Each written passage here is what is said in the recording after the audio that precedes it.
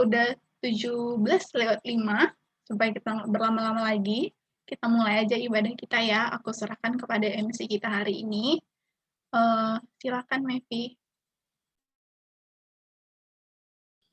Aku Cai, ya sih, Ya, bukan sih. Mevi. Gak apa-apa, gak apa-apa.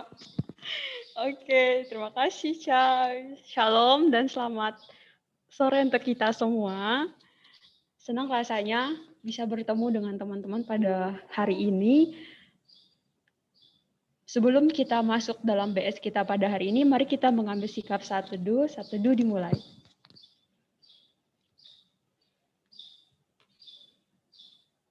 Saat teduh selesai, dan mari kita membuka ibadah kita dalam doa. Tuhan Yesus yang baik, Bapa yang bertata dalam kerajaan surga, selamat sore ya Bapa. Kiranya pada sore hari ini, kembali kami datang ke hadirat-Mu. Kami berterima kasih dan mengucap syukur untuk waktu dan kesempatan yang Tuhan berikan. Kiranya Tuhan menyertai sepanjang ibadah kami dari awal hingga berakhirnya, apapun yang kami gunakan, baik dari laptop, handphone, bahkan jaringan yang kami gunakan, kiranya Tuhan lancarkan, dan kiranya Tuhan, kami juga berdoa agar kiranya teman-teman kami yang belum bergabung pada hari ini dapat diingatkan untuk dapat bergabung. Dan kiranya Tuhan, kami juga bersyukur untuk kesempatan yang Tuhan masih boleh izinkan kami bertemu kembali dalam room online ini ya Bapak. Kami menyerahkan waktu dan kesempatan kami berikutnya ke dalam tangan-Mu. Dalam nama Tuhan Yesus Kristus, kami sudah berdoa dan mengucap syukur. Haleluya. Amin. Sekali lagi, aku bersyukur karena kita bisa bertemu kembali dan sungguh senang bisa melihat teman-teman kembali dalam room ini. Mari aku mengajak teman-teman untuk mengangkat pujian yang mengatakan, "It's good to see you here with me."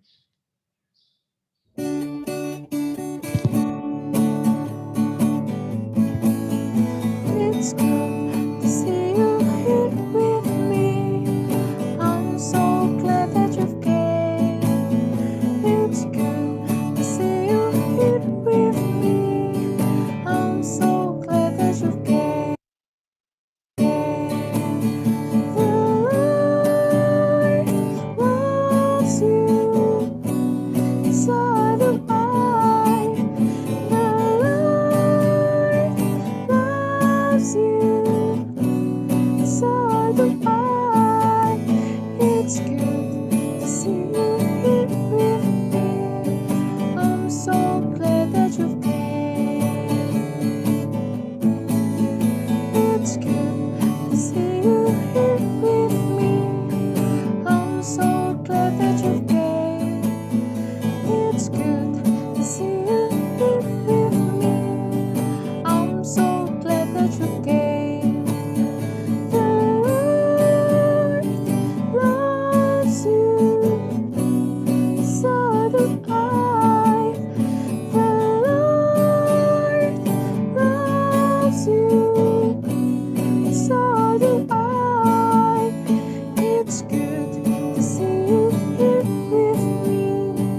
I'm so glad that you've came.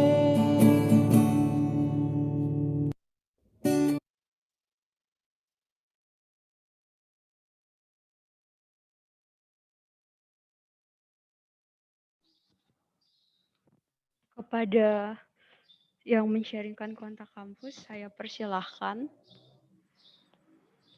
Jadi teman-teman tadi baru dari aku, jangan bosan lagi ke aku ya. Nah, sharing kampus kita hari ini dari PMK Universitas Budi Luhur. Cuma karena teman-teman PMK Universitas Budi Luhur, khususnya pengurus PMK UBL lagi pada masa UAS, jadi kebetulan nggak ada yang bisa, jadi aku bagikan pokok doa dan kondisi dari PMK UBL ya. Yang pertama tuh kondisi pengurus seperti yang mungkin banyak kita alami di perasaan umum PMK gitu kan, lagi sulit gitu, dan saat ini PMK UBL juga lagi merasa kesulitan regenerasi. Tahun lalu aja juga udah sampai terlambat beberapa bulan gitu regenerasi mereka, dan sekarang udah mau regenerasi lagi. tolong doakan proses regenerasi mereka karena ya bisa dibilang pemuridan tahun ini juga agak cukup melemah gitu kan. Dan tolong para tim regenerasi maupun pengurus yang ada sekarang bisa memfollow up dan menemani para calon pengurus untuk dalam proses bergumulnya dan mempersiapkan mereka juga untuk melayani di tahun depan. Kita doakan PMK UBL boleh tetap berlanjut ya, boleh tetap eksis, boleh tetap memuridkan, dan tetap bisa melalui masa pandemi ini dengan baik. Juga yang kedua untuk kuantitas jemaat yang ikut PJ maupun bergabung dengan persekutuan gitu, karena sejak awal di masa online ini PMK UBL itu nggak dapat data mahasiswa baru, jadi memang nge-follow up-nya itu PC gitu. Pokoknya ketika mereka kenal baru mereka bisa ajak untuk ikut PMK gitu kan. Tapi kan jadi nggak dapat semua mahasiswa baru. Jadi doakan juga mereka pengurus yang ada tetap setia gitu ngajakin teman-teman mahasiswa baru maupun yang belum terjangkau oleh PMK. Doakan juga mereka tetap bisa kreatif dan Tuhan pertemukanlah dengan jemaat-jemaat yang bisa mereka ajak untuk ikut bergabung bersekutu di PMK. Yang terakhir untuk yang ketiga atau yang terakhir untuk yang lagi dijalani para mahasiswa, mereka lagi dalam proses skripsi sama UAS saat ini. Tolong doakan untuk mereka boleh mengerjakan UAS dengan baik, mempersiapkan diri dengan baik, menjaga integritas dan tidak ya kalau disuruh tidak mencontek supaya tidak mencontek, tapi kalau memang tugasnya disuruh tidak bekerja sama supaya tidak bekerja sama, pokoknya menjaga integritas selama ujian dan mengerjakannya dengan baik. Itu sharing dari PMK Universitas Budi Luhur. Terima kasih teman-teman.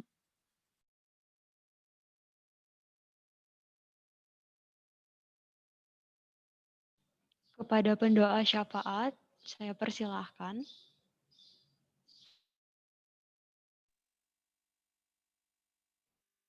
Oke, teman-teman, mari kita bersatu dalam doa. Kembali kami mengucapkan syukur Tuhan Allah Bapa kami yang sungguh luar biasa selalu memberikan kami berkat hingga sampai saat ini. Tuhan, di sini kami beribadah kepadamu, memuji dan memuliakan nama-Mu Tuhan. Kiranya Engkau berkati dari satu persatu dari kami Tuhan, walaupun kami terpisah oleh ruang Tuhan, tapi kami percaya Engkau selalu memberikan kami kekuatan, selalu menghibur dalam setiap pergumulan kami Tuhan. Tuhan, di mana ada beberapa pokok doa yang ingin kami sampaikan kepadamu Tuhan, di mana PMK pada saat ini Tuhan, mengurus PMK menyesali kurangnya komunikasi, bahkan tidak bisa bertemu secara langsung dengan jemaat Tuhan. Kami sangat ingin Tuhan bersekutu dengan mereka Tuhan. Kabulkanlah doa kami Tuhan, kiranya Engkau mempertemukan kami dengan jemaat-jemaat yang mau bergumul dengan kami Tuhan untuk memuliakan nama-Mu Tuhan. Dan juga berikan hati untuk mereka untuk mau menyerahkan diri sehingga mau menjadi pelayan yang baik dan bertanggung jawab saat menjadi pengurus PMK Tuhan. Tuhan, kami juga berdoa untuk persekutuan doa maupun persekutuan jemaat Tuhan di PMK Tuhan. Kiranya Tuhan memberikan kasih dalam mereka Tuhan, memanggil setiap jemaat yang mau melayani dan menikmati untuk bertemu bersama dengan kami Tuhan dalam persekutuan. Tuhan, kami juga tak lupa mendoakan untuk teman-teman kami di PMK Budi Luhur ataupun yang sedang menjalankan UAS untuk minggu-minggu ini Tuhan. Engkau boleh berkati Tuhan dalam setiap prosesnya, setiap belajarnya Tuhan. Berikan mereka kekuatan Tuhan, hati dan pikiran untuk menjawab soal yang diberikan oleh Bapak Ibu dosen. Dan berikan hikmat kebijaksanaan Tuhan sehingga mereka lancar dan mendapat hasil memuaskan Tuhan. Dan kami juga mendoakan untuk kakak-kakak kami, abang kami yang sedang menjalankan skripsi Tuhan.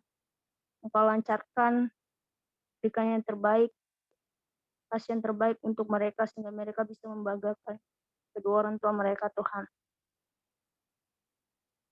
Terima kasih Tuhan Kau berkati keluarga kami Tuhan. Berikan selalu kesehatan, panjang umur, rezeki Tuhan. Hingga kami bisa memberikan yang terbaik buat keluarga kami Tuhan. Tuhan juga Engkau ampuni kesalahan dosa kami Tuhan. Supaya kami bisa lebih mendapatkan berkat daripada-Mu Tuhan. Terima kasih Tuhan, inilah doa kami. Dalam nama Tuhan Yesus Kristus kami berdoa dan mengucapkan syukur. Amin.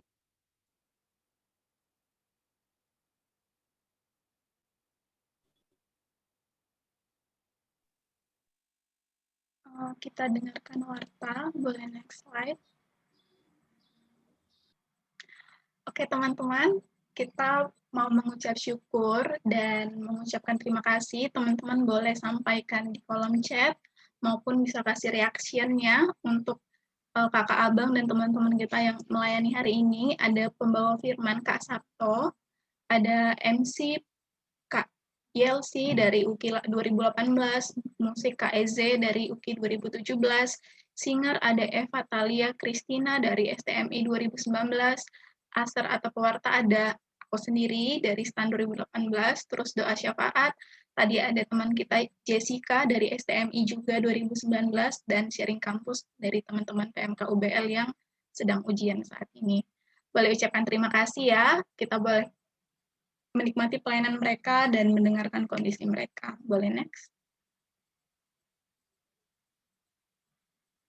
Nah, mengingatkan juga yang seperti setiap minggu diwartakan, minggu depan kita ada PA dari Yeremia 38. Hari ini kan Yeremia 37. Teman-teman tadi udah dikabarin kan, bentar lagi bakal selesai, jangan di-skip ya.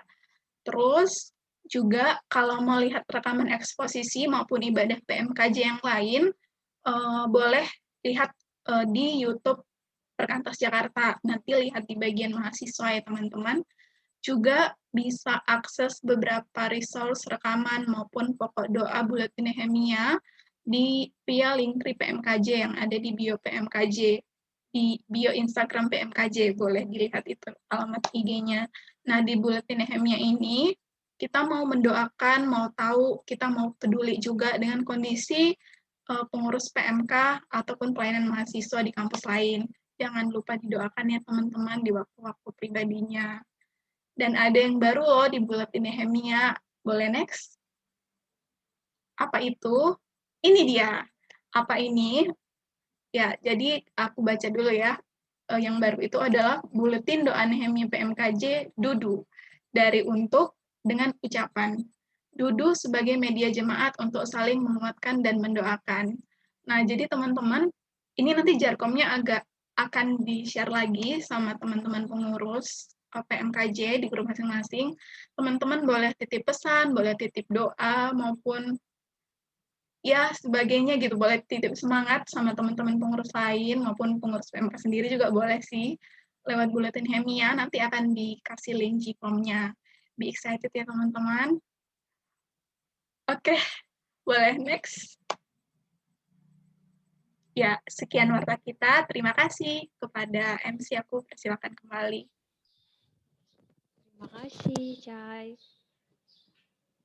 Tuhan, jadikanlah kami pribadi yang mampu bertahan dalam kondisi apapun.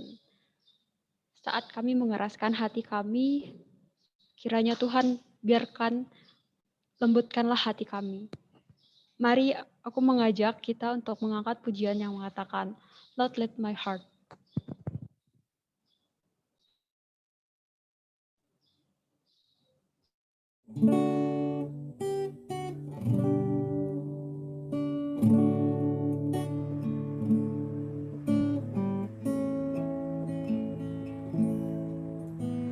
Lord,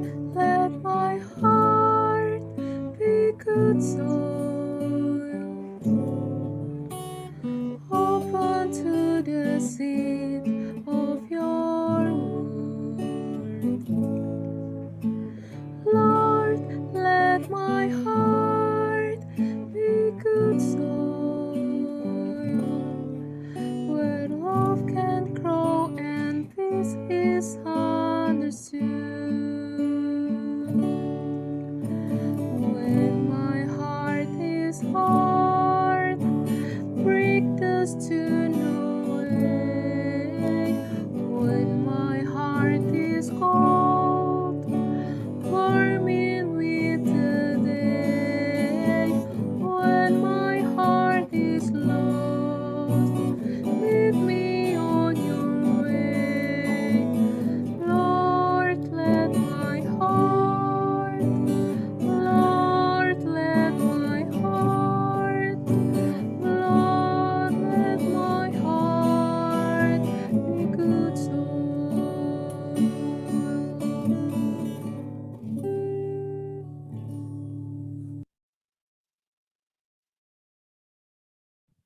Kepada pembawa firman aku persilakan. Baik, selamat sore semuanya. Shalom. Suara saya cukup terdengar? Kedengeran. Kedengaran, ya? Bang. Oke. Mari kita satu dalam doa. Allah Bapa kami di sorga, kami sungguh sangat menyerahkan setiap kami pada sore hari ini ke dalam tangan-Mu. Seperti pujian yang kami nyanyikan, biarlah Engkau yang menjadikan hati kami seperti tanah yang subur untuk menerima kebenaran-kebenaran firman-Mu ya Bapa.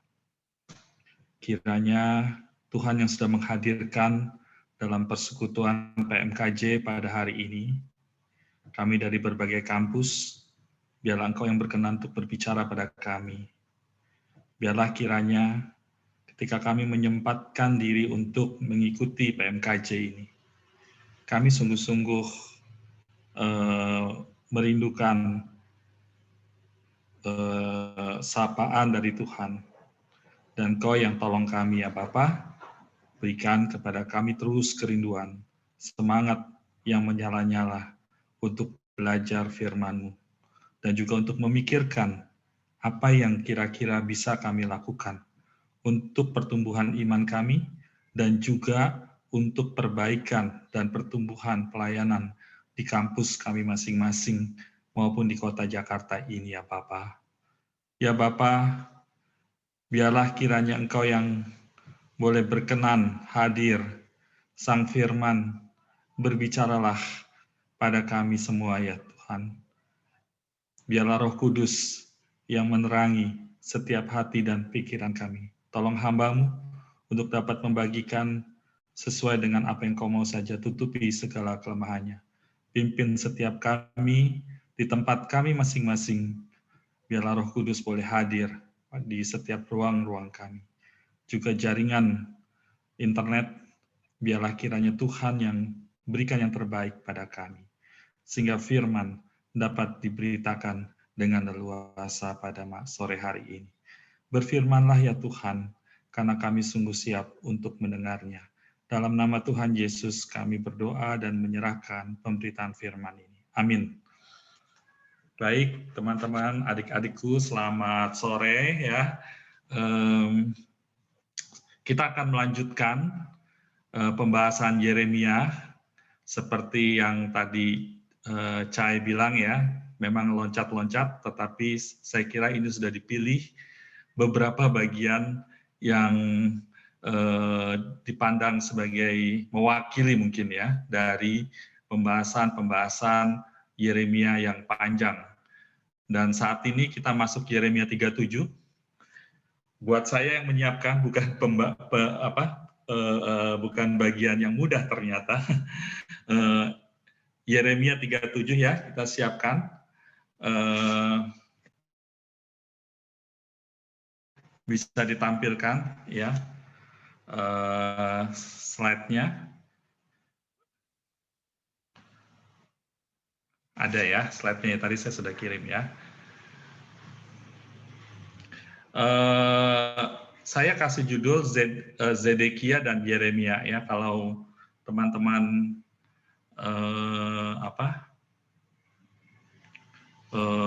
dari pengurus tadi saya lihat judulnya peringatan dan penjara. Mungkin sama lah ya intinya ya, cuman saya lebih pengen nanti menyoroti tokohnya, yaitu tokoh Zedekia, Raja Zedekia dan juga Nabi Yeremia. Ya. Apakah slide-nya udah bisa ditampilkan? Ya, ini lagi mau ditampilin. Oh lagi ya. Oke. Nah, teman-teman, ini Yeremia 37 adalah merupakan, boleh dikatakan masuk dalam klimaks ya. 37, 38, 39 ini adalah klimaks dari pemberitaan penghukuman atas Israel oleh Nabi Yeremia. Ya, semakin klimaks gitu ya, semakin menuju pada klimaks. Nanti saya kira tadi kayaknya dari Cai tadi saya sempat mengira bahwa 38 akan dikhotbahkan juga ya, akan dipelajari entah khotbah entah PA saya tidak tahu. Nah, itu semakin menuju klimaks lagi ya. Dan kita sekarang masuk ke dalam klimaks ya. Nah, ini ibaratnya itu kalau grafik itu naik ya. Ini udah kita agak parno ya kalau lihat grafik ya. Bukan grafik COVID ini ya. Emang sekarang pun lagi meningkat kayak begini ya. Penyebaran COVID grafiknya kalau kita lihat ya sangat tajam sekali ya, dan kita sama-sama susah, prihatin ya, sedih. Nah, demikian pun juga grafik, kalau mungkin ini saya coba kira-kira aja ya, ini nggak ada hitung-hitungannya ya, main ini aja ya. Yeremia memberitakan penghukuman itu dari zaman Yosia ya, Raja Yosia, kemudian Yoahas, Yoyakim, Konya, ya Yoyakin, sampai Zedekia ini semakin pada puncak. Maksudnya apa? Bahwa pemberitaan penghukuman itu semakin pasti udah nggak bisa diapa-apain lagi. Kalau yang dulu-dulu mungkin udah Tuhan masih menunggu ya, masih menunggu ya. Tetapi sebetulnya juga di tengah-tengah yang semakin klimaks, semakin pasti ini, sebetulnya ruang bagi pertobatan itu tetap Tuhan nantikan ya. Hanya memang semakin sulit ya. Teguran, penghukuman, murka menjadi klimaks terjadi ketika berbagai teguran sebelumnya diabaikan sehingga mendesak untuk dilontarkan. Kita pun demikian ya. Ketika kita mengalami kejadian-kejadian yang akhirnya kita harus pikul dengan pahit karena dosa-dosa atau kesalahan-kesalahan kita, itu biasanya adalah hal yang memang terjadi ketika memang sudah berulang-ulang, ketika memang kita mengabaikan. Dan kadang bukan kita nggak sadar, kita sadar, tetapi kita terus mengabaikan peringatan-peringatan dalam berbagai bentuk yang Tuhan berikan pada kita. Kita pasti sering ya, pernah lah ya, mendapatkan teguran demi teguran untuk persoalan-persoalan yang sebenarnya sama. Jadi berulang-ulang. Yeremia 24 itu yang waktu itu dibatalin ya, itu berbicara tentang 2 keranjang buah ara. Ya, itu gambar yang di tengah itu ya. Ada buah ara yang baik, sangat baik, ya, siap untuk dimakan. Ada buah ara yang busuk, sangat busuk tuh yang sebelahnya yang hitam-hitam itu ya, nggak bisa dimakan lagi. Ya, nggak bisa dimakan lagi. Nah, teman-teman, di sini pengen bilang apa? Ada di masa ini kan menceritakan tentang 2 kelompok ya di antara umat Israel. Ada yang memang mau dengar firman Tuhan, mau dengar teguran, sehingga akhirnya dia diselamatkan dalam artian dipelihara hidupnya. Ya, tetapi ada juga yang tidak mau mendengar teguran, dan itu yang dialami oleh Raja Zedekia dan kelompoknya. Ya. Dan kalau kita lihat nanti mungkin minggu depan atau kapan ya, pembahasan pasal 38, 39 itu tentang the last day of Jerusalem ya, hari-hari terakhir dari Yerusalem pada waktu itu, di mana dibakar semuanya, teman-teman akan nanti akan menantikannya. Jadi kalau pengen tahu klimaks dari pemberitaan penghukuman atas Israel, itu teman-teman harus ikut di Bible study berikutnya ya. Tapi ini memang sudah menuju pada klimaks. Next slide. Saya tidak akan membaca semuanya secara langsung di awal, tetapi saya baca aja perbagian-perbagian lalu kita jelasin ya. Yang pertama adalah ayat pasal 37 ayat 1 sampai 2 ya. Zedekia bin Yosia menjadi raja menggantikan Konya. Konya ini Yoyakin ya. Yoyakim.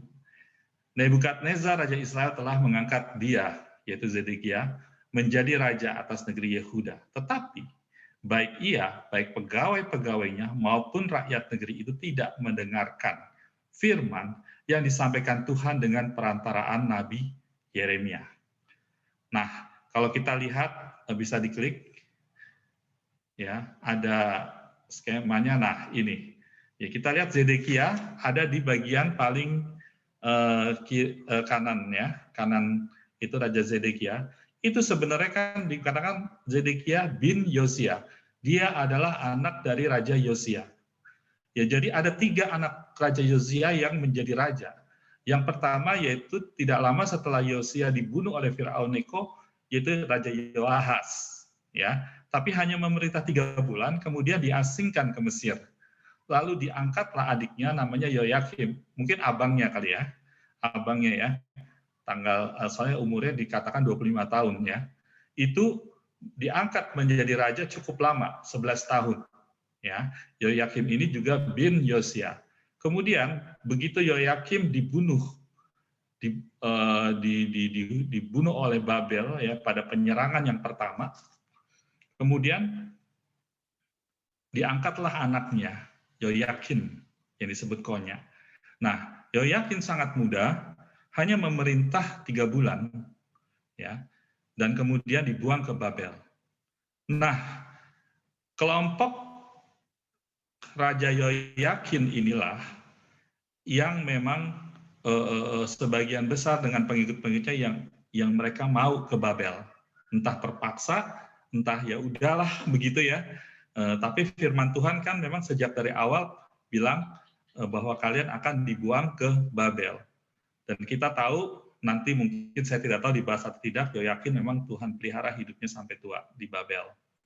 Dan kemudian begitu Yoyakin dibuang, maka Nebukadnezar mengangkat pamannya. Jadi Zedekia itu sebenarnya pamannya Yoyakin atau Raja Konya, ya, karena dia adalah anak dari Yosia juga. Nah, diangkat dan bisa memerintah sekitar 11 tahun lamanya, begitu ya. Dan kemudian dia dibunuh ya oleh Babel. Nanti ceritanya di pertemuan selanjutnya saya kira ya. Nah, teman-teman, dikatakan bahwa Zedekia dan bawahannya itu nggak mau dengar firman Tuhan, ya, yang disampaikan oleh Yeremia. Ya. Atau di bagian lain, misalnya di Raja-Raja 24, 25, saya kira nggak perlu dibaca ya, teman-teman bisa periksa sendiri, atau 2 Tawarik 3, 6, 9, 10, dikatakan bahwa Raja Zedekia ini adalah raja yang jahat, melakukan apa yang jahat di mata Tuhan. Tepat seperti yang dilakukan Yoyakim, abangnya, ya. Itu. Jadi di sini kita bisa lihat siapa Zedekia, ya. Zedekia adalah boleh dikatakan raja bonekanya Nebukadnezar, tapi dia juga memberontak kepada Babel. Ya, dia diangkat oleh Nebukadnezar, tetapi dia juga tidak mau diam-diam, dia ingin tidak mau tunduk sama Nebukadnezar, seperti itu. Tentu karena alasan bisa jadi karena alasan nasionalisme ya. Tetapi fakta bahwa dia sebenarnya diangkat oleh Nebukadnezar. Ya. Next slide. Nah, yang kedua, kalau tadi dikatakan Zedekia sebagai raja boneka yang memberontak, sekarang Zedekia itu adalah percaya Tuhan ternyata ya. Mari kita coba lihat. Saya akan bacakan ayat 3. Pada satu kali Raja Zedekia menyuruh Yukal bin Salemnya dan Imam Sevanya bin Maasea kepada Yeremia untuk meminta, berdoalah hendaknya untuk kami kepada Tuhan Allah kita. Jadi itu ya.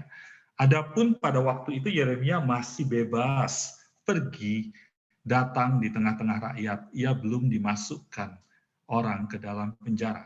Adapun tentara Firaun telah berangkat keluar dari Mesir. Mendengar kabar itu, maka orang-orang Kasdim yang mengepung Yerusalem angkat kaki dari Yerusalem.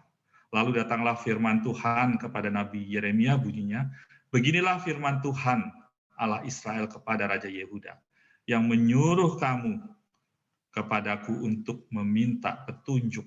Harus kamu katakan begini, lihat, tentara Firaun telah berangkat keluar untuk membantu kamu dan akan kembali ke negerinya, ke Mesir. Ya, penggalannya harusnya nggak di situ, tapi saya sengaja masukkan ke bagian ini. Mengapa Zedekia itu minta Yeremia mendoakannya? Benar ya, Zedekia kan minta ya, supaya berdoalah hendaknya untuk kami kepada Tuhan, kepada Yahweh Allah kita. Ya kenapa Zedekia minta Yeremia mendoakannya? Apakah dia adalah raja yang saleh, percaya sama Tuhan? Secara formal Zedekia percaya sama Tuhan, sama Yahweh. Ya, makanya dia juga minta menyuruh gitu ya Yeremia juga untuk mendoakan dia. Gitu ya. Tapi apakah betul-betul dia adalah raja yang saleh? Ya, yang pasti juga apakah juga dia memohon keselamatan dari kepungan orang-orang Kasdim atau Babel? Karena memang jelas kalau kita lihat di ayat yang ke-5 ya, mendengar kabar itu maka orang-orang Kasdim yang mengepung Yerusalem angkat kaki dari Yerusalem. Jadi saat itu orang Babel sedang mengepung Yerusalem. Ya, dan tentu ini cukup lama dikepung ya. Dan tentu ini Zedekia nggak berkutik gitu ya menghadapi Babel ya, karena dia pun juga diangkat oleh Babel.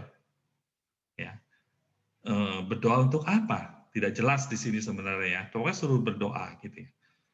Atau ada hal lain? Nah, kita lihat bahwa di ayat ke-5 juga dikatakan, adapun Firaun, tentara Firaun berangkat keluar dari Mesir. Untuk apa? Kalau kita lihat dari apa yang Tuhan bilang di ayat 7 yang warna merah ya, dikatakan lihat tentara Firaun yang telah berangkat keluar untuk membantu kamu. Artinya apa? Di sini ada keterangan bahwa tentara Firaun itu datang memang untuk membantu Zedekia. Siapa yang undang Firaun? Apakah dia datang dengan sendirinya? Tentu kemungkinan yang mengundang adalah Zedekia, ya, karena Firaun datang untuk membantu Zedekia, gitu ya. Nah di sini kita lihat teman-teman bahwa Zedekia yang secara formal memang percaya kepada Yahweh, tetapi dia ternyata diam-diam minta bantuan dari Mesir. Padahal Tuhan sudah berkali-kali bilang bahwa Babel, Tuhan akan menyerahkan Yehuda ke tangan Babel, gitu ya. Jadi itu udah pasti. Nah, buktinya apa? Buktinya dua raja sebelumnya pun sudah ditaklukkan oleh Babel, ya. Yoyakim dibunuh, Yoyakin anaknya dibuang, diangkut ke Babel, dan dia pun juga diangkat oleh Raja Babel. Nah itu ya. Nah, Zedekia percaya sama Tuhan secara formal, tetapi dia melawan Tuhan. Karena apa? Ketika dia bersandar ke Mesir, pertama adalah dia tentu lebih percaya sama Mesir, tapi lebih dari itu adalah dia melawan apa yang sudah ditetapkan oleh Tuhan. Ya, nah, oh ya, sorry, diklik aja ya, itu udah ada ininya. Saya harus matikan ini dulu biar notifikasinya nggak muncul-muncul. Sebentar ya, disconnect.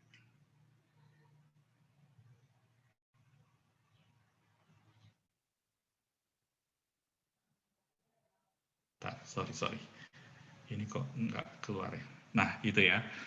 Nah, siapa yang sebentar, sorry. Kok lama ya?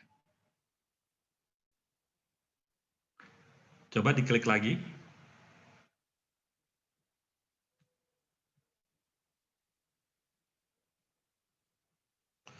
Ini kok nggak mau keluar ya? Ya. Nah, Zedekia percaya Tuhan tetapi melawan Tuhan dan bersandar kepada Mesir ya. Bisa dikatakan bahwa ya Zedekia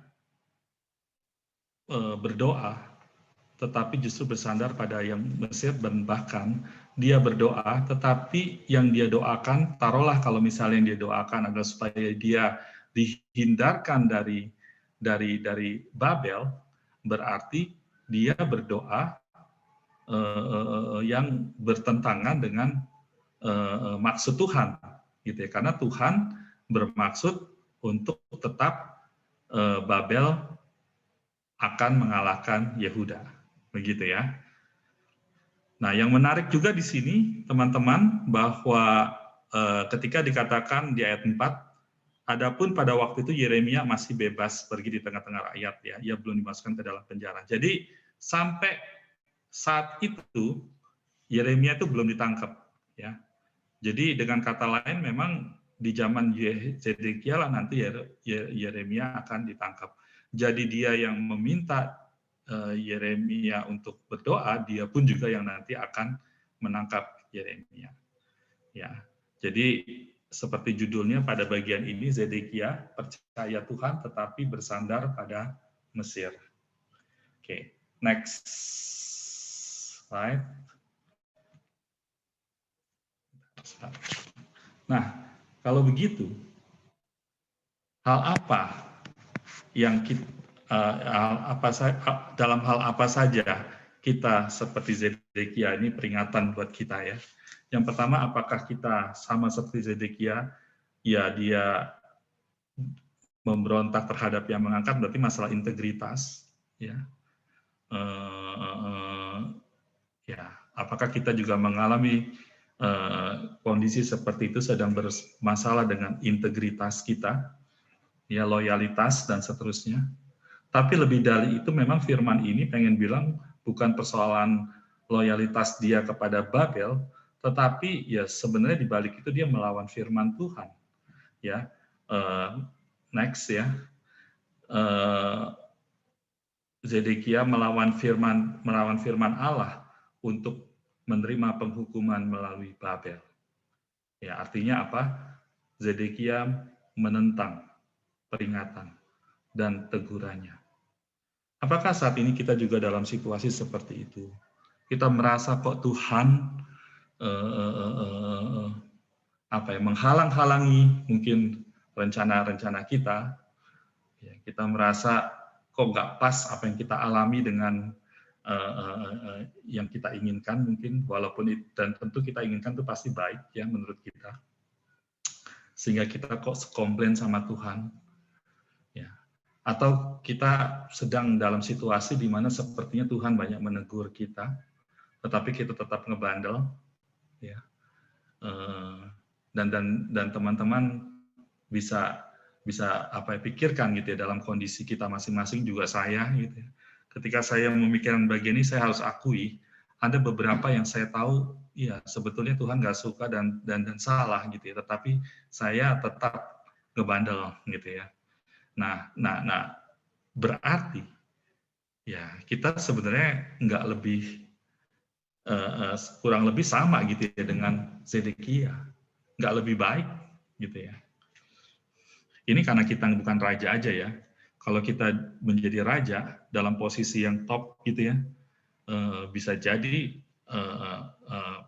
apa yang kita pemberontakan kita sama Tuhan akan menghadapi dampak yang lebih luas lagi, bukan? Lalu apakah kita ya seperti Zedekia berdoa gitu ya, minta didoakan, gitu ya, tetapi justru melawan kehendaknya. Kita meminta hal-hal yang sebetulnya kita tahu belum tentu Tuhan suka gitu, tapi ya kita merasa bahwa itu benar, atau kita merasa bahwa kenapa sih Tuhan kok nggak boleh sih? Apa salah kalau Zedekia tidak mau menentang Babel? Kalau dipikir-pikir kan sebetulnya bisa dipakai alasan, loh iya dong, ini kan nasionalisme gitu ya. Siapa di antara kita yang mau dikuasai, dijajah oleh musuh begitu ya? Dan mungkin Zedekia terus merasionalisasikan dirinya, mungkin salah kali Tuhan. Apalagi waktu itu juga ada nabi-nabi palsu yang lain gitu ya, yang justru firman-Nya bertentangan dengan Yeremia. Tapi persoalannya Zedekia bukan nasionalisme juga, karena apa? Karena dia pun juga bersandar pada Mesir. Dia minta bantuan sama Mesir kan ya. Dia minta bantuan sama yang lain. Berarti apa? Dia mengandalkan kekuatan lain di luar Tuhan. Gitu ya. Nah, teman-teman, adik-adik, dalam hal apa saja kita saat ini sedang seperti Zedekia. Biarlah ini menjadi semacam peringatan buat kita, perhatian buat kita, ya, bahwa ya jangan-jangan kita sama seperti Zedekia. Baik, kita akan lanjut. Nah, kita akan masuk ke ayat selanjutnya ya, tapi saya akan bacakan dari ayat 6 ya, karena sebenarnya ini dari ayat 6 ya. Lalu datanglah firman Tuhan kepada Nabi Yeremia bunyinya, beginilah firman Tuhan Allah Israel kepada Yehuda yang menyuruh kamu kepadaku untuk meminta petunjuk, harus kamu katakan begini, lihat tentara Fir'aun telah berangkat keluar untuk membantu kamu, akan kembali ke negerinya ke Mesir. Tetapi orang-orang Kasdim akan datang kembali memerangi kota ini, merebutnya, dan menghanguskannya dengan api. Beginilah firman Tuhan, janganlah kamu membohongi dirimu sendiri dengan mengatakan orang-orang Kasdim itu telah pergi untuk selamanya pada kita. Padahal mereka tidak pergi untuk selamanya. Dan seandainya kamu memukul kalah segenap tentara orang Kasdim yang telah memerangi kamu itu, sehingga di antara mereka hanya tinggal orang-orang yang luka parah, masing-masing di kemahnya, mereka akan bangun dan menghanguskan kota ini dengan api. Zedekia merasa aman pada dukungan Mesir. Buktinya, ketika Mesir datang, tentara Mesir datang, maka tentara Kasdim pergi, gitu ya, buru-buru pergi. Padahal tadi sudah mengepung Yerusalem sekian lamanya. Dan mungkin saja Zedekia mikir bahwa permohonan doanya dijawab Tuhan. Ya, karena kan dikatakan sebelumnya minta supaya Yeremia mendoakan dia dan jajarannya, gitu ya. Ya, terhadap Zedekia yang merasa aman pada dukungan Mesir itu, ternyata Tuhan terus menekankan bahwa Babel akan datang kembali dan mengalahkan Yehuda. Tetap bukan Mesir, tetapi Babel yang akan datang kembali. Tetap bukan Mesir yang akan melindungi, tetapi Babel yang akan datang kembali. Ya. Mesir akan balik lagi nanti. Ya. Nah, kalau kita lihat di ayat 8, ayat 9, ayat 10 yang diwarnai merah, itu 3 kali ya sepertinya diulang ya. Orang-orang Kasdim gitu ya, akan datang kembali. Terus kemudian dia telah pergi. ya, tapi jangan bohongi bahwa dia telah pergi untuk selamanya, padahal mereka tidak pergi untuk selamanya. Mereka akan datang kembali, nggak pergi selamanya. Lalu kalaupun dikatakan kamu bisa ngalahin mereka sampai mereka tinggal orang-orang terluka parah, masing-masing kemah di kemahnya mereka akan bangun dan menghanguskan kota ini dengan api. Artinya apa? Kalaupun mereka kamu kalahkan, mereka tetap akan bangun dari kemahnya dan menghanguskan Yerusalem dengan api. Artinya apa? Ya Tuhan sudah menetapkan, ya, kuat nggak kuat orang Babel akan Tuhan jadikan sebagai alat untuk membinasakan Yerusalem pada saat itu. Wah, di sini udah jelas banget ya. Nggak ada hal lain yang memang sudah ditetapkan oleh Tuhan. Nggak ada plan B lagi. Yang ada adalah rencana yang udah final bahwa Yerusalem akan dikalahkan dan dihanguskan oleh Babel. Ya. Nah, teman-teman, refleksi buat kita adalah, apakah kita juga suka seperti Zedekia? Mungkin seperti yang tadi miripnya. Tidak mau percaya Tuhan, atau tidak mau menerima kenyataan Tuhan menegur menghukum kita. Ya. Tidak mau percaya, ya. Tuhan nggak akan jahat begitu, atau nggak mau terima kenyataan bahwa Tuhan tuh sedang menghukum kita karena dosa-dosa kita, karena kesalahan kita, gitu ya. Tuhan waktu itu memang hanya satu yang Tuhan inginkan, yang Tuhan katakan kepada Zedekia, Babel akan balik lagi, kalian akan dibumi hanguskan. Kalau ditanya, kira-kira ada nggak kesempatan Zedekia untuk bertobat? Saya kira tetap ada, walaupun judulnya tetap Yerusalem akan dibumi hanguskan. Ya. Nanti teman-teman akan lihat bagaimana Zedekia akan mati ya, sangat tragis.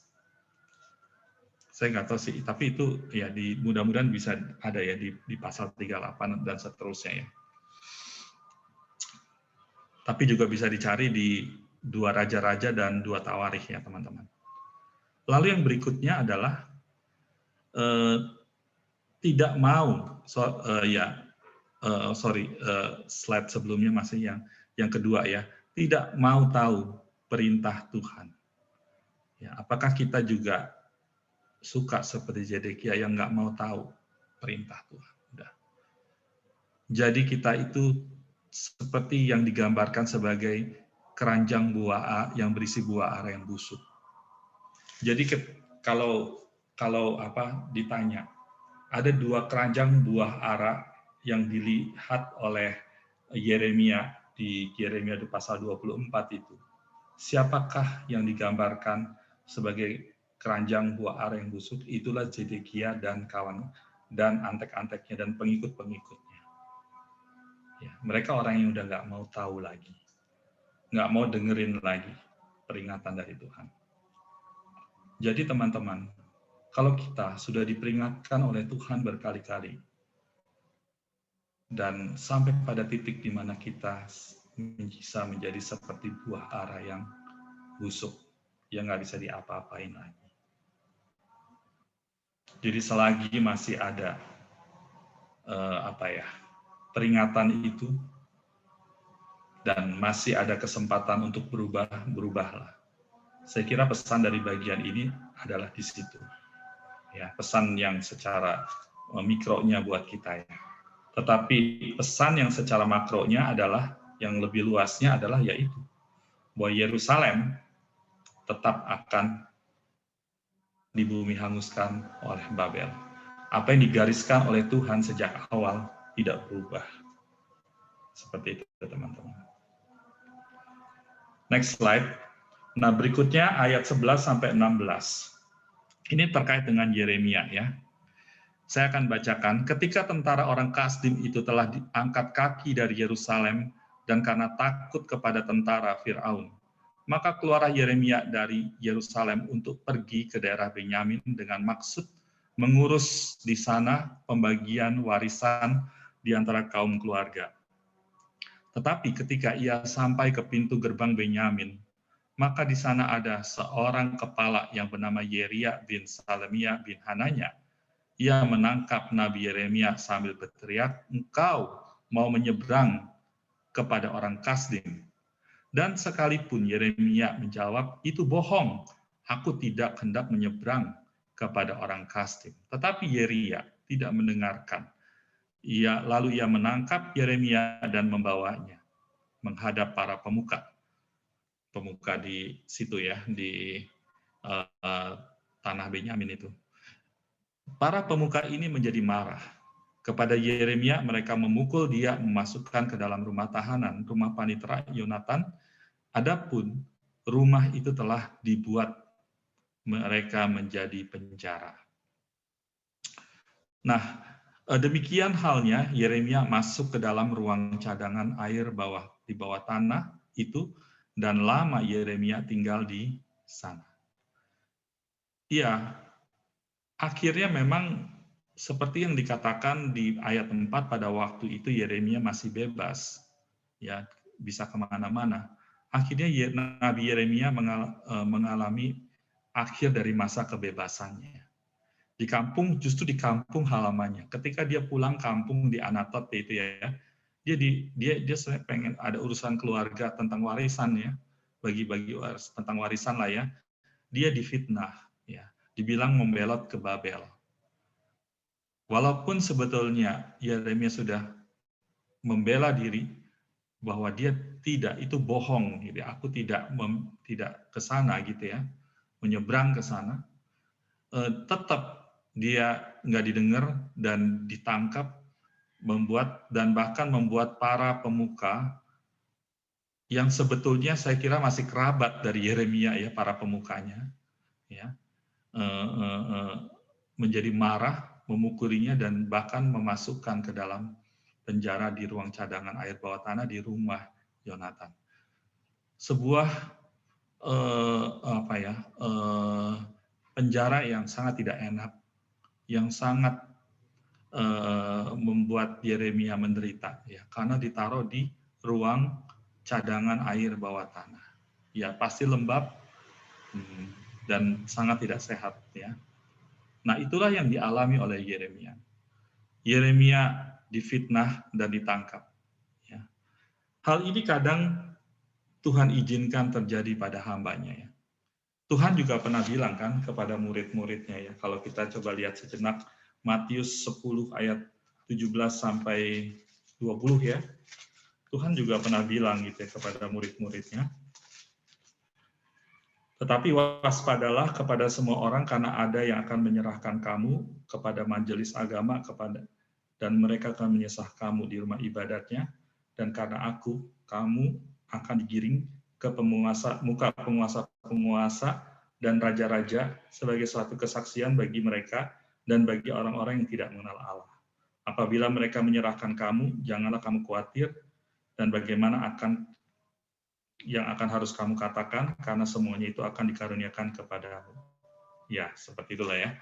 Nah, teman-teman, para murid pun nanti juga akan mengalami seperti itu, para rasul ya. Dan setiap orang-orang yang sungguh-sungguh mengikuti Tuhan akan menerima yang dikatakan sebagai salibnya tersendiri. Dan tentu, dan bahkan saya kira setiap kita akan mengalami yang namanya salib, yang memang akhirnya Tuhan Tuhan berikan kepada kita untuk kita pikul, salib kita masing-masing. Dan kita nggak tahu salib kita itu bentuknya apa-apa, bisa bermacam-macam. Tapi yang pasti memang ketika kita sungguh-sungguh mengikut Tuhan, ketika kita sungguh-sungguh berusaha untuk memberitakan kebenarannya, maka segala hal kesusahan, hal-hal yang memang tantangan, tekanan, sangat mungkin akan dialami oleh setiap kita. Dan saya kira di masa sekarang juga seperti itu. Yeremia memberitakan kebenaran, tapi dia mengalami penjara. Makanya judulnya ya, kalau dari teman-teman, peringatan dan penjara. Dia memberi peringatan, tetapi di penjara. Kalau kita mau memberikan peringatan, siap-siap di penjara, kurang lebih begitu ya kalau ngeliatnya ya. Ya begitulah. Tapi penjara setiap kita tentu beda-beda. Ya, tapi semuanya tidak enak. Seperti dimasukkan ke dalam penjara ruang cadangan air di bawah tanah itu. Next. Ya, saya kira ini yang menjadi peringatan buat kita ya. Tidak mudah menjadi seorang hambanya yang sungguh-sungguh untuk memberitakan firman. Kita sebagai pengurus PMK di kampus kita masing-masing pun juga pasti akan juga mengalami situasi-situasi yang bisa jadi tidak enak. Ya,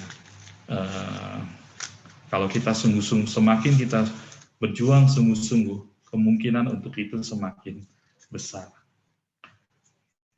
Tetapi seperti firman Tuhan tadi, ya Tuhan tetap memberikan kekuatan. Ya. Next slide. Nah ini ya dari Bonhoeffer ya, Dietrich Bonhoeffer. Ya. Anugerah murahan ya adalah musuh gereja yang mematikan ya. Ya. Kita akan berjuang sekarang ini, fighting ya today for costly grace, untuk anugerah yang mahal, yang bernilai. Kita semua adalah murid Kristus. Orang-orang yang sudah ditebus oleh darah Kristus. Ya. Memang anugerah itu grace, gratia, gratis, ya. Tetapi menghidupi anugerah itu sama sekali bukan murahan, ya. Justru berat. Saudaraku, saya pun juga kadang-kadang berpikir gitu ya, Tuhan, mungkinkah sebenarnya belum ada yang aku lakukan dengan terlalu sungguh-sungguh gitu ya, sehingga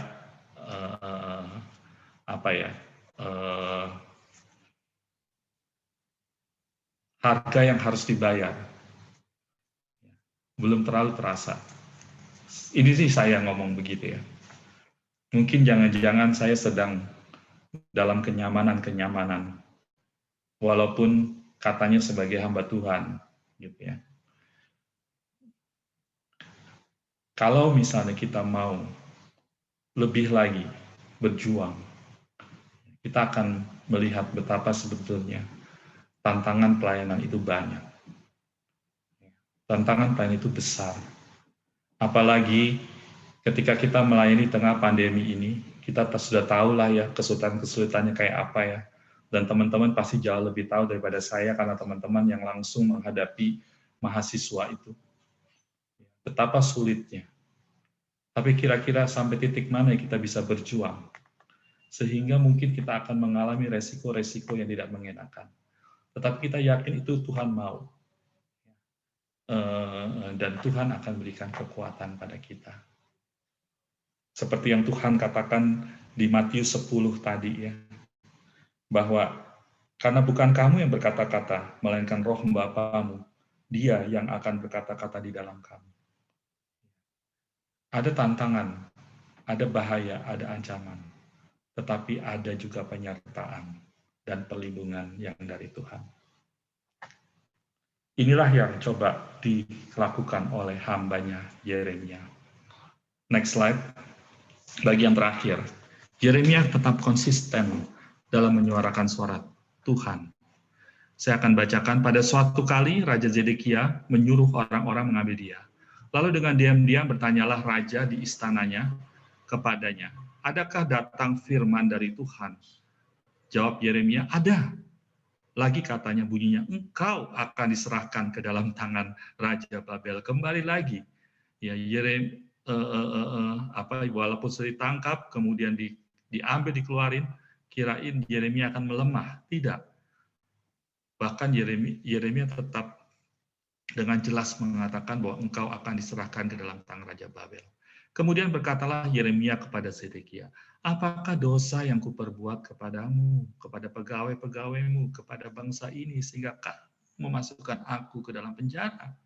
Di manakah gerangan para nabimu yang telah bernubuat kepadamu bahwa Raja Babel tidak akan datang menyerang kamu dan negeri ini? Sekarang dengarkanlah, hai Tuanku Raja, biarlah permohonanku sampai di hadapanmu. Janganlah kembalikan aku ke rumah Panitera Yonatan, nanti aku mati di sana. Ya, itu sangat menunjukkan betapa beratnya penderitaan di rumah penjara, di rumah Panitera Yonatan ini.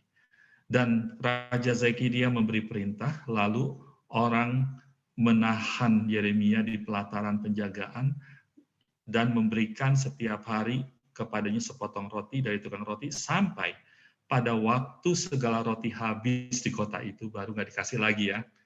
Artinya memang kondisi Yerusalem udah genting, udah tinggal tunggu lagi, udah dikepung benar-benar. Demikianlah Yeremia tinggal di pelataran penjagaan itu. Gambarnya mungkin kayak begitu ya, saya nggak tahu ini nggak ada tulisan di pasungnya sih ya, tapi ya mungkin ya biar nggak lepas ya, ditaruh di pelataran gitu ya, di ruang terbuka. Ya. Nah, Zedekia masih berharap lepas dari Babel. Ya, dia tanya kepada Yeremia, ya. Tapi Yeremia tetap bilang, engkau akan diserahkan ke dalam tangan Raja Babel. Terus Yeremia bilang, kenapa kok aku dimasukkan ke penjara tanpa kesalahan? Lalu Yeremia juga menyatakan di mana nabi yang bernubuat lain. Kenyataannya sudah di Babel sudah mengepung lagi. Ya, dan cuma satu permohonan dari Yeremia, jangan kembalikan ketahanan Yonatan. Untuk hal ini Zedekia dengerin Yeremia ya. Akhirnya Yeremia ini nggak cuman sebenarnya ditaruh di pelataran, tapi tetap bagaimana dia tidak lepas. Makanya di sini gambarnya pakai pasung. Tapi di sini juga Yeremia jadi sedikit lebih bebas dalam memberitakan firman Allah. Di pasal 38 lah itu nanti teman-teman akan lihat ya terkait dengan ini. Ya, intinya apa? Yeremia adalah hamba Tuhan yang taat, konsisten menyuarakan suara Tuhan, peringatan bagi bangsa Israel, bagi Zedekia Raja Yehuda. Walaupun resiko yang dialami sangat besar buat dia. Saudaraku, apa resiko yang memang kira-kira akan kita alami ketika firman Tuhan betul-betul diberitakan? Saya nggak tahu, sekarang katanya kan tadi pelayanan seperti ini di masa online kayak gini berkepanjangan bikin orang jadi bosan, bikin orang jadi nggak terlalu antusias terhadap firman. Tapi kalau kita meyakini bahwa firman Allah harus diberitakan, ya, mungkin kita ya tetap harus memberitakan, bahkan lebih giat lagi. Di satu sisi perlu dipikirkan gimana cara yang lebih relevan, gimana cara yang lebih kira-kira bisa diterima, bisa ini ya. Tapi satu hal yang nggak bisa kita hilangkan juga adalah keyakinan bahwa firman Tuhan itu penting buat dia. Walaupun orang itu bosen, walaupun banyak yang bosen dengar firman Tuhan, tapi itu penting gitu. Dan kadang-kadang ini bukan satu hal yang menyenangkan, memberitakan firman Tuhan di tengah-tengah orang yang sebenarnya udah muak gitu ya dengan firman itu, atau dengan mungkin berita-berita ya seperti itu. Dan bisa jadi ini tantangan tersendiri buat kita. Kita diminta untuk nggak jemu-jemu untuk memberitakan. Kita diminta nggak jemu-jemu untuk mengajak, ya. Dan tentu mendoakan. Dan kadang-kadang kita mungkin bisa jadi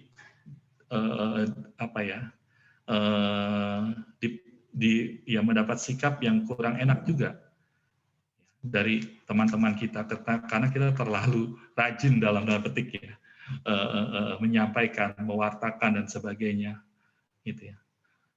Tapi ya memang kalau ini pekerjaan Tuhan, kita yakin dari Tuhan, maka kita diminta seperti Yeremia untuk tetap memberitakan firman Tuhan.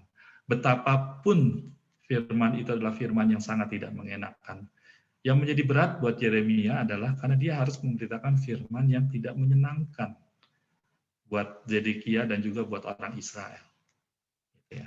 Tapi dia tetap harus memberitakannya dengan jelas. Nah, mari teman-teman dengan kesadaran akan itu, kita boleh terus memberitakan firman Tuhan itu. Tentu dengan menyadari kalau bukan kuasa Tuhan yang bekerja, nggak mungkin firman itu bisa didengar. Kita hanyalah alat, tapi Tuhanlah sesungguhnya yang mengubah setiap hati setiap orang. Maka dari itu, memang mau nggak mau, kita harus berserah penuh, kita harus banyak berdoa dalam pelayanan ini. Apalagi pelayanan seperti di zaman sekarang ini. Siapa coba yang akan mengubah mereka? Nggak usah mengubah mereka. Bikin mereka dengar aja susah banget. Bikin mereka mau dengar aja susah banget. Akhirnya apa? Kita cuma alat. Biarlah Tuhan yang bekerja, yang mengubahkan. Jadi apa ya? Ya doa itu ya menjadi hal yang sangat vital ya. Semakin dirasakan tanpa pandemi pun udah vital ya, sama vitalnya, tetapi semakin dirasakan. Berharap kita semakin itu.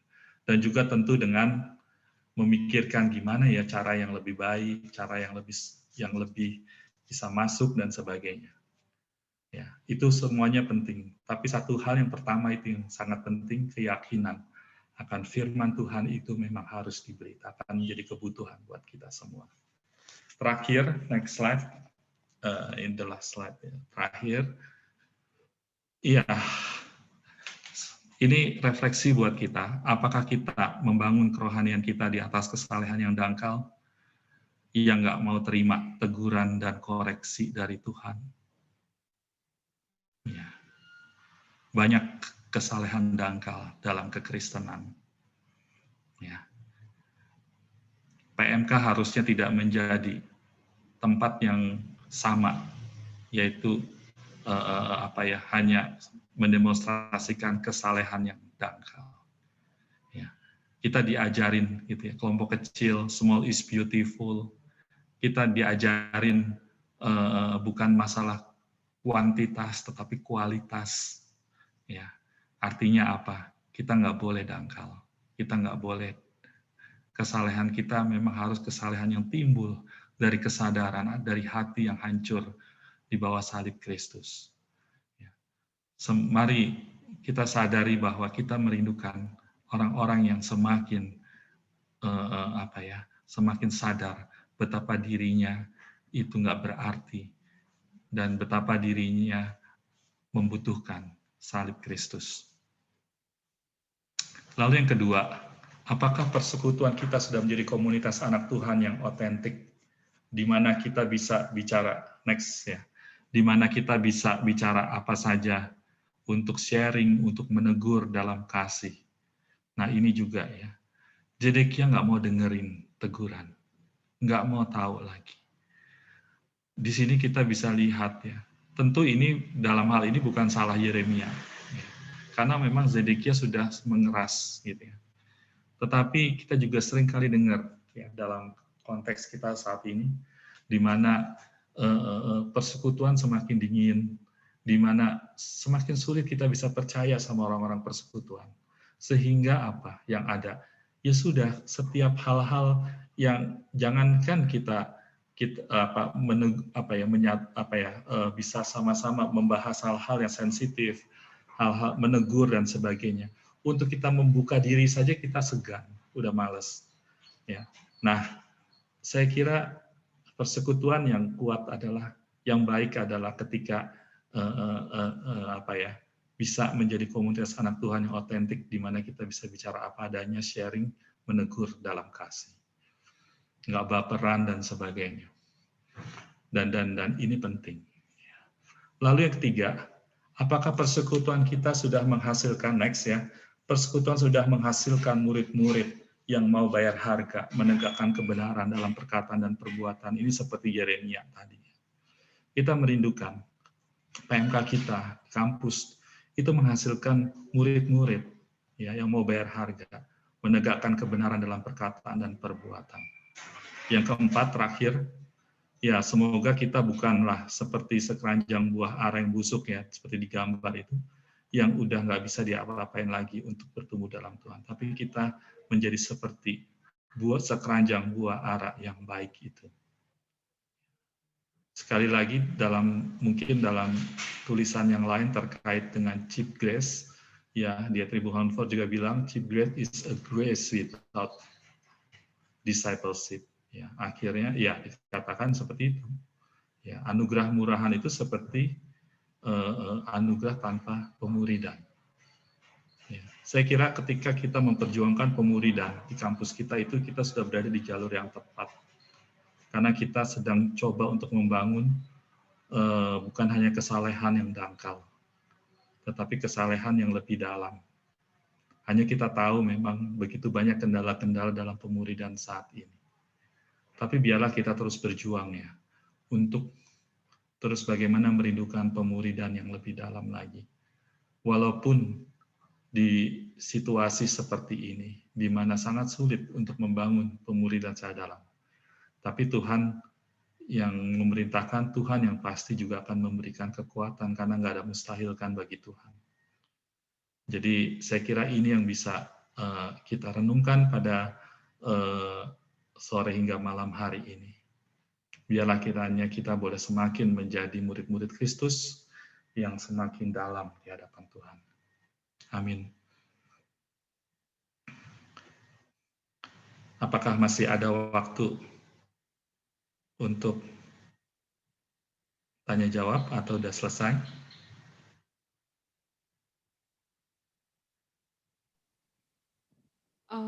Saya persilakan kepada teman-teman jika ada yang ingin bertanya. Atau sharing juga boleh. Ya, benar Bang. Oke, baiklah. Jika teman-teman malu untuk open mic, teman-teman bisa sampaikan di kolom chat. Bagaimana teman-teman? Tidak ada? Apakah teman-teman masih ada di dalam atau sudah tidur? Takutnya begitu ya. Ya, Kak Sabto ngomong-ngomong kalian tertidur. jangan sampai teman-teman tertidur. Enggak lah ya, masih di sini. Oke, masih di sini ya. Oke, baiklah.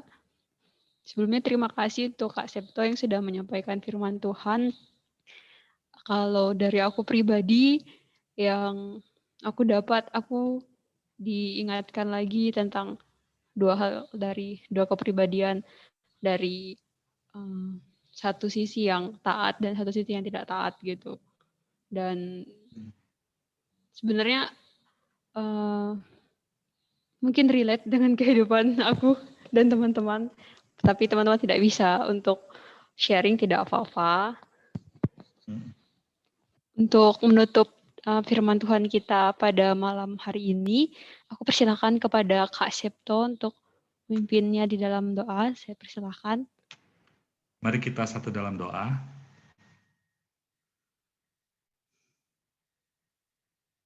Ya Tuhan, terima kasih kalau pada malam hari ini kami kembali diingatkan untuk kami waspada bahwa kami bisa jatuh pada dua model yang seringkali terjadi pada umat Tuhan, yaitu menjadi umat yang sepertinya percaya, tetapi sesungguhnya dangkal. Ketika kami berdoa, itu hanya formalitas. Ketika kami berdoa, ternyata sebenarnya kami sedang menyimpan berhala yang lain. Atau bahkan ketika kami berdoa, sadar atau tidak sadar kami sedang menentang Tuhan. Ampuni kami ya Tuhan, jauhkan kami ya Bapa menjadi anak-anak-Mu yang seperti dialami oleh Raja Zedekia dan pengikutnya. Tuhan, sungguh kami takut bahwa kami ternyata menjadi seperti sekeranjang buah ara yang busuk, yang nggak bisa diapa-apain lagi. Yang akhirnya Tuhan udah nggak bisa ngapa-ngapain lagi juga. Walaupun Tuhan sudah berupaya memberikan peringatan demi peringatan pada kami. Tolong kami ya Tuhan. Kami juga, tapi biarlah kiranya Tuhan kami boleh menjadi seperti hamba-Mu Nabi Yeremia, yang tetap dekat dengan Tuhan, peka dengan suara Tuhan, peka dengan seruan Tuhan, walaupun bisa jadi seruan-seruan itu atau suara-suara firman Tuhan itu bukan firman yang mengenakan telinga kami.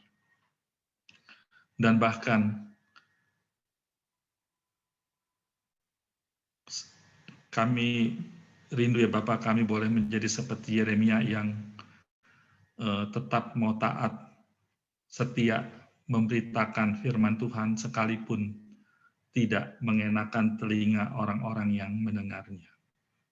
Dengan berbagai macam tantangan dan ancamannya. Tuhan, di masa seperti ini dalam pelayanan pun tidak mudah. Tentu begitu banyak ancaman, tantangan yang bisa kami alami. Engkau yang tahu ya Bapa, segala apa yang kami hadapi, kendala-kendala. Tapi satu hal ya Tuhan, biarlah kami boleh belajar untuk setia, peka dan setia, seperti hamba-Mu Nabi Yeremia. Terima kasih ya Tuhan, terima kasih. Biarlah kiranya firman ini sungguh boleh terus bekerja dalam setiap kami. Terus kami pikirkan bagaimana merelasikannya dengan kehidupan dan pelayanan kami di tempat kami masing-masing. Terpujilah nama-Mu ya Bapa, dalam nama Tuhan Yesus kami sungguh berdoa dan bersyukur. Amin. Terima kasih Kak Septo. Sama-sama. Ya Tuhan, biarlah kiranya Engkau memberikan kami hati seperti Yeremia yang terus berjalan dan bersandar kepadamu. Di dalam setiap kesulitan yang terjadi, biarlah kiranya Tuhan senantiasa memberikan hati seperti Yeremia yang mau taat kepada firman Tuhan. Mari aku mengajak kita semua untuk mengangkat pujian yang mengatakan, "Ku mau berjalan dengan juru selamatku."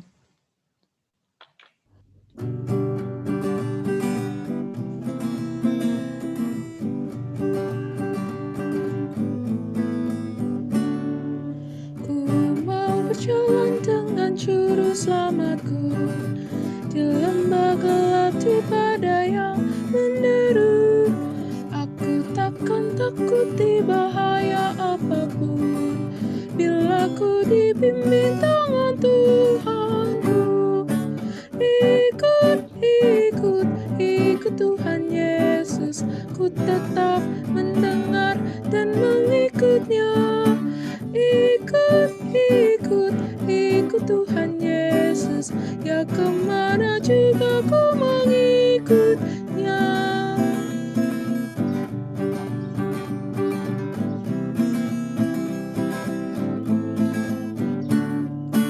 Bersama juru selamat hatiku teguh, di lembah dan bukit yang perlu ku tempuh.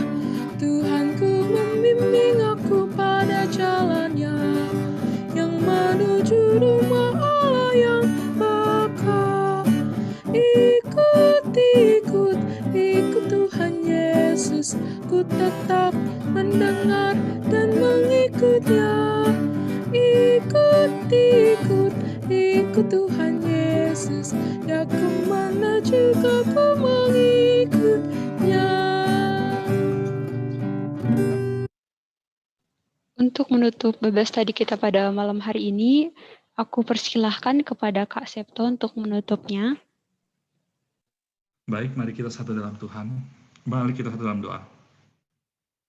Ya Tuhan, kami semakin menyadari ya Bapa bahwa kami adalah bagian dari rombongan umat Tuhan yang seperti musafir sedang dalam perjalanan hingga semakin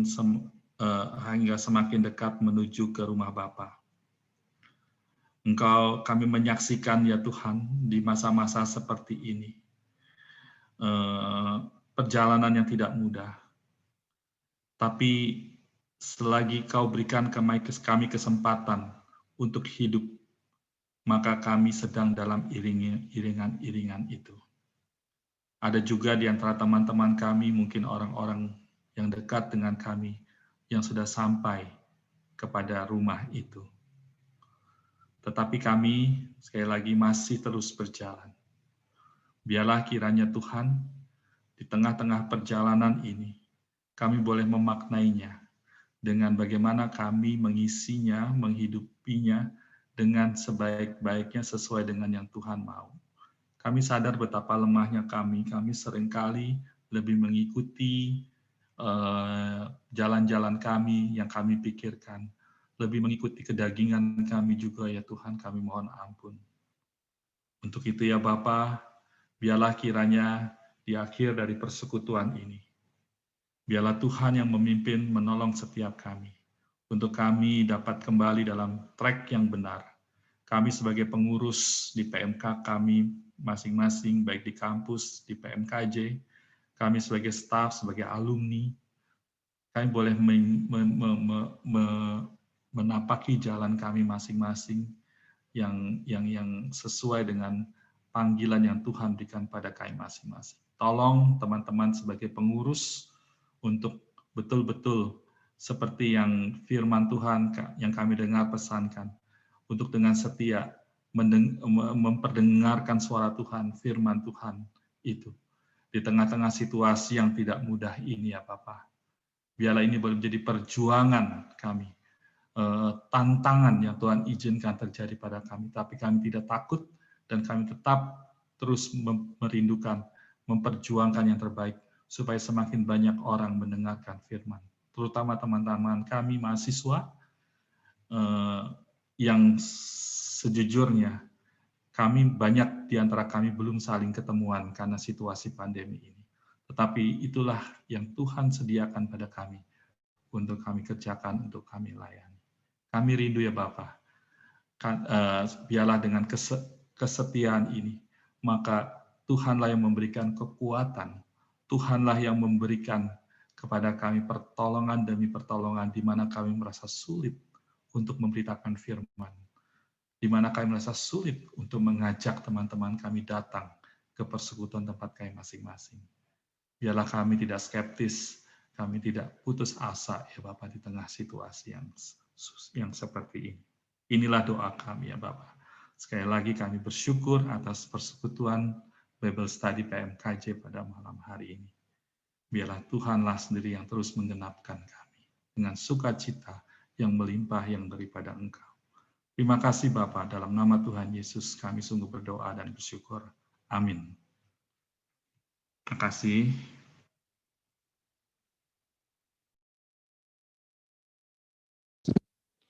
Terima kasih Kak Septo dan selamat sore untuk kita semua. Bible study kita sudah selesai.